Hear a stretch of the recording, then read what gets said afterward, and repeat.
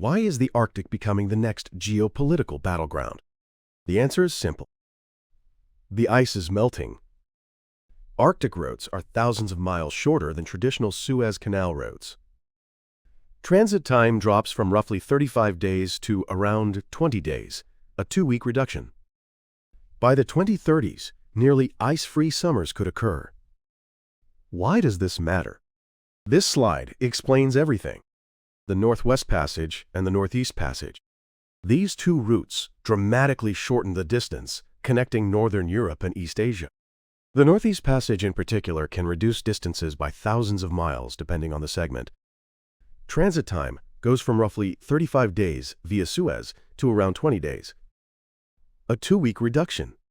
However, ice conditions, icebreaker wait times, insurance, and regulatory compliance create variability. Climate change is accelerating this transformation. Satellite observations show the September sea ice minimum has declined substantially over the long term. Research indicates that summers with very low sea ice could occur as early as the 2030s. This is fact confirmed by over 40 years of satellite observation. Not speculation. However, the timing of ice-free conditions carries forecast uncertainty, and this is understandable. Look at the map. Follow the data. Now you understand why the Arctic is becoming a geopolitical battleground. Today, let me show you that data. The Arctic holds vast resources. The U.S. Geological Survey estimated in 2008 that the Arctic contains roughly 90 billion barrels of oil and 1,670 trillion cubic feet of natural gas in undiscovered, technically recoverable resources. This represents approximately 3 years of global oil consumption and 12 years of natural gas consumption. Not proven reserves. But the assessment indicated that roughly 13% of undiscovered oil and 30% of undiscovered natural gas may be concentrated in the Arctic. Particularly abundant offshore Russia, Norway, and northern Canada. Western companies approach development cautiously due to environmental concerns and high costs. Russia, however, is accelerating development as state policy. The nature of resource competition is shifting. 5 nations claim Arctic territory: Russia, Canada, the United States, Norway, and Denmark. Under the UN Convention on the Law of the Sea, coastal states hold exclusive economic zones extending 200 nautical miles. Extended continental shelves are recognized when geological and geomorphological conditions are met, with outer limits bound by rules such as the 350 nautical mile ceiling. Russia claims the Lomonosov Ridge as an extension of its continental shelf, asserting sovereignty reaching the North Pole. Canada and Denmark also dispute ownership of the same ridge. Scientific proof requires hundreds of millions of dollars in seabed surveys. The 5 nations' claims overlap, and competition to submit to the UN Commission on the limits of the continental shelf continues. When the ice melts, borders become an issue. Military tensions are rising. Since the 2010s, Russia has refurbished multiple military installations across the Arctic. Airfields, air defense radars, coastal facilities. The exact count varies by definition. The Northern Fleet is the core of Russia's submarine strategic force. It operates multiple strategic and attack submarines. The United States is countering. Elmendorf Air Force Base in Alaska received reinforced deployments of F-22 stealth fighters.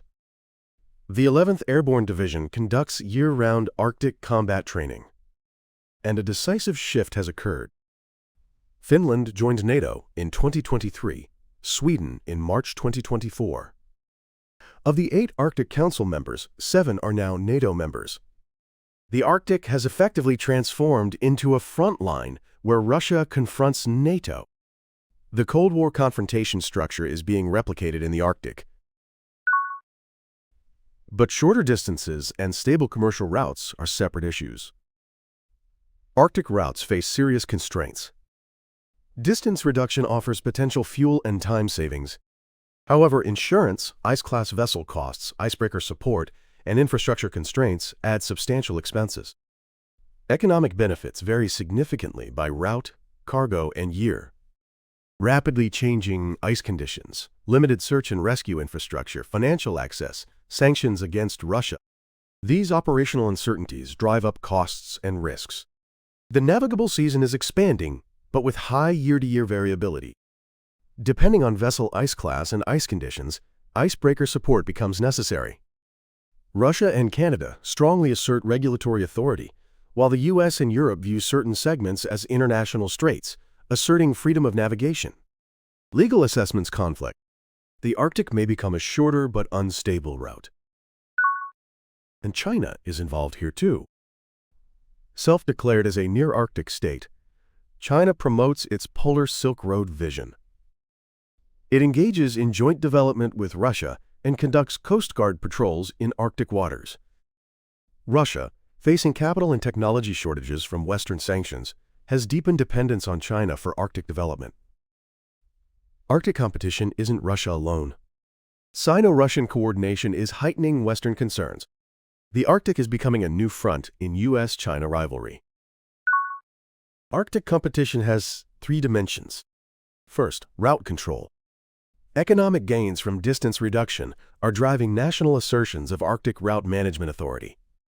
Russia strongly asserts regulatory control over the Northern Sea Route. Canada does the same for the Northwest Passage. Second, resource development. The strategic value of 90 billion barrels of oil and 670 trillion cubic feet of natural gas is reinforcing territorial claims from an energy security perspective. Third, military advantage. The Arctic Ocean is the shortest route for intercontinental ballistic missiles and a covert operational zone for nuclear submarines. Security imperatives justify military deployments. These three factors mutually reinforce each other, elevating the Arctic's geopolitical importance.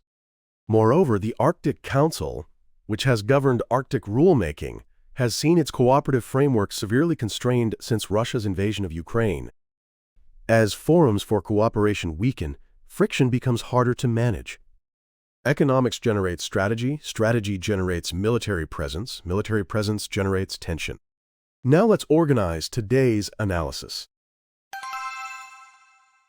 Here's the summary. First, economic opportunity and constraints. Arctic routes can potentially reduce Northern Europe-East Asia distances by thousands of miles, cutting transit time by roughly 2 weeks. Nearly ice-free summers could occur by the 2030s. However, ice variability, insurance, icebreaker support, and infrastructure constraints create operational uncertainty. Stable commercialization is a separate matter. Second, resource competition and development shifts. The Arctic holds an estimated 90 billion barrels of oil and 670 trillion cubic feet of natural gas in undiscovered, technically recoverable resources, concentrating 13 to 30% of undiscovered resources. 5 nations compete in scientific proof of continental shelf extension. While Western companies remain cautious due to environmental concerns and costs, Russia accelerates development as state policy, deepening China dependence due to sanctions. Third, military tension and weakening cooperation frameworks. Since the 2010s, Russia has refurbished multiple Arctic installations and strengthened the Northern Fleet. With Sweden's March 2024 accession, 7 of the 8 Arctic Council members are now NATO members, making the Russia-NATO structure definitive. Sino-Russian coordination heightens Western alarm, and with the Arctic Council's cooperative framework constrained, friction management becomes difficult. If you were a coastal nation's leader, facing this economic opportunity and resources, how would you act? We're witnessing the irony of warming generating war. Let me know your thoughts in the comments. Thanks for watching. This channel analyzes the moments when climate change transforms into geopolitical conflict. Not with emotion but facts, not with opinions but mechanisms, deepening your understanding of the world. Subscribe and join me next time to explore the world's truths. See you next time.